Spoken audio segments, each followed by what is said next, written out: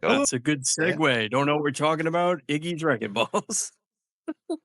So the spotlight game we played this week is Iggy's Reckin' Balls for the Nintendo 64. It came out in August of 1998, and it's how to describe it. It's It's unique. so, so it's very unique. You could call it's a racing game technically, although it doesn't feel like a racing game. You play as these bouncing balls that are on what looks kind of like a Hot Wheels track. There's not really a whole lot of 3D feel to it for it being a Nintendo 64 game. You're kind of really on rails for this racing game, like literally on a rail. And you hop upwards up the track to Yeah. progress. It's got this grappling hook mechanic that I read was inspired by Bionic Commando, a game from 1988. Um, That's the random. faces, their faces on the balls for the game, they all have characters, Yes, and they do. it reminded me of. Do you remember in the 90s they sold these rubber faces like this, like Oh, completely yeah. unrelated to this game? They were I Yep. looked it up this week. They're called Mad Balls. I remember them. Like some would spit out like a smaller eyeball or something. A lot of them were zombies and stuff like that.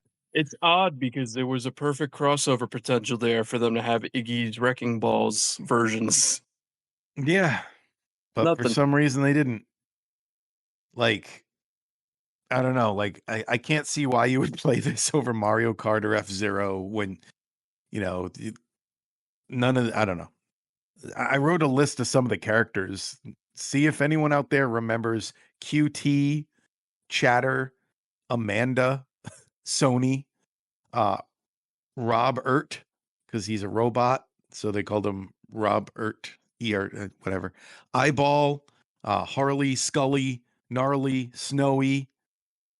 There's there's a lot of characters in this game. It Nobody remembers just any of them, sounds is my point. sounds like a list of slang for illicit substances were the racer names, like Mhm. Well, like another thought I had was when playing this is Wave Race, better racing game. There's only 4 characters and none of them even have a name. It's like the pink one, the green one, the blue one. Those are what you got. yeah. So, I felt like Acclaim beat Nintendo to this idea because it seemed like a Kirby game. Like, I Yep. coulda saw them doing this with Kirby characters, and they didn't get Yeah. to it quick enough. Yep. I thought the idea was creative, but it's so skill-based, and I don't have the patience now to, Mhm. like, try to get good at this, so Yeah, when people I know I'm ragging on this game a lot, but you know, we're a positive enough podcast, we can. When people on the internet say that Nintendo 64 games haven't aged well, I feel like this is exactly what they're talking about. And like a lot of people will argue the classics that actually have aged very well. Like, oh, well, what about Paper Mario? What about Ocarina of Time or Mario yeah. 64? What the people are talking about is games like this. Which is I feel like if this game came out now, it would have this amazing online community of people making races, like tracks and Mhm. stuff. You could probably And that customize your own ball yeah. character. So, it'd probably be interesting now, and the entire time I played it I wanted Uni Racers on the Mhm. SNES online because I feel like that was a better wacky, weird racing game.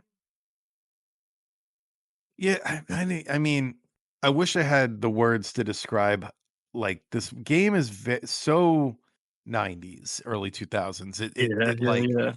and my memories of it are I wonder if that's influenced by the fact that like my memories of it are purely from they bought a lot of ads for this game. I feel like every video game magazine I read back then had an ad, a full page ad for this game always. Oh, Uh, well, this was very much going to be like, I mean, this was their mascot game. This was yeah. released by Acclaim, which at the time was Iguana Entertainment. And I put in my notes that, like, if you worked at a reptile shop in the 90s, was it just popping all the time? Because I feel like in the 90s, like lizards and iguanas and reptiles were more popular than they ever were. I'm Yeah, right on that, aren't I? you That's are. And that's we kind also talked that about seems in that another episode, hamsters were huge in that time period for some reason. yeah, like small like critters in the Yep. 90s, right? Like not Mhm. dogs, not like but for some reason it was like small animals like that. And so like the iguana that was in Mm. this game was intended to be the actual mascot of the Iguana Entertainment Company. And what a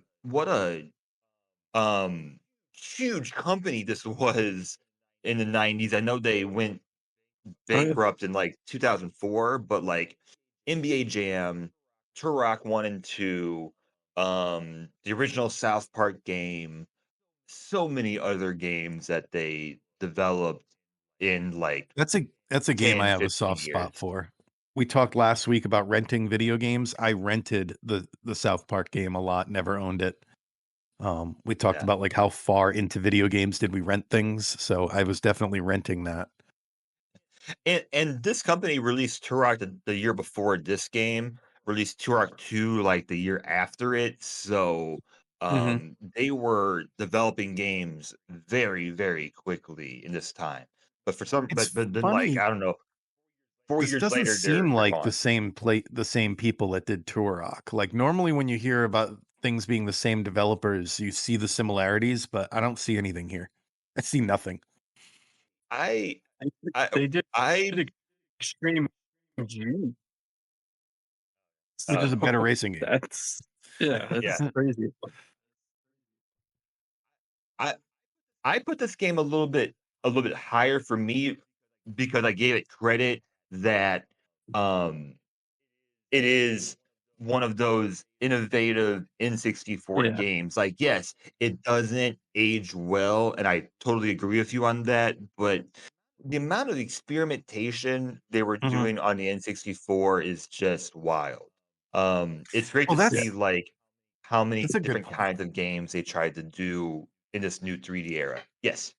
I was gonna say that's a good point, is, like, this is very experimental. It's like they wanted to completely rethink what a racing game could be, and it's yeah, also the type of game you get when you're like, "Well, we're this deep into development, and this is what we have on this crazy idea we thought of so far. Like, we don't know if people are gonna accept this, but it's time to release it." Like, there must have been uh, there must have been some, conversations going on in the offices of, like, "Are people even gonna understand what this game is?" Yeah. I yeah. tried to see if there's any connection with Super Monkey Ball, couldn't Mm, find any, but that's the connection, like, it's a very loose genre connection that I had made, but I had seen no indication that there was inspiration for Iggy's Wrecking Balls when Super Monkey Ball was developed. Uh, that's and yes, Kirby. Yes, yeah, that should have definitely been a a Kirby game. So, this game made me a little bit nauseous to play, so I can only yeah. play in short bursts. It's Yeah. definitely, I think, way too difficult for me now, to actually want to pursue. Are we ready for who would you recommend this to? Who, where do you rank this? I ranked it really low. I like you said, the visuals kind of are, they don't make you feel good. I put it all the way down on 129 on my list, which is right below Kung Fu Heroes on the NES. It's right above The Immortal, also on the NES. It's just, I don't know. I don't see it. It's in the category of I don't see myself ever playing this again. So that's kind of what you get when you're down that low in the list. Yeah, Recommendations? I kind of I would not recommend recommendation. this game. Recommend this I game guess to if you anyone who wants to see how weird the 90s were. There. yeah, yeah. Yeah, If you that's fine. wanna Yeah, that's fine. I mean, they wanna explored the history of N64, Mhm. I guess. Yeah. I put it at 89. Uh, decent game. I really have nothing else to say. So, Sean? I I put it at 67, but it was entirely based off that they took a shot at making something different and unique. But I wouldn't go back and play it again. So Yeah. I think Also, 89 is high for me because of what you just said. Yes. also yeah. kind of reminds me of Claymates, which was this like claymation game that I think was made by the same people that did Clay Fighter. I think that's on the service as well.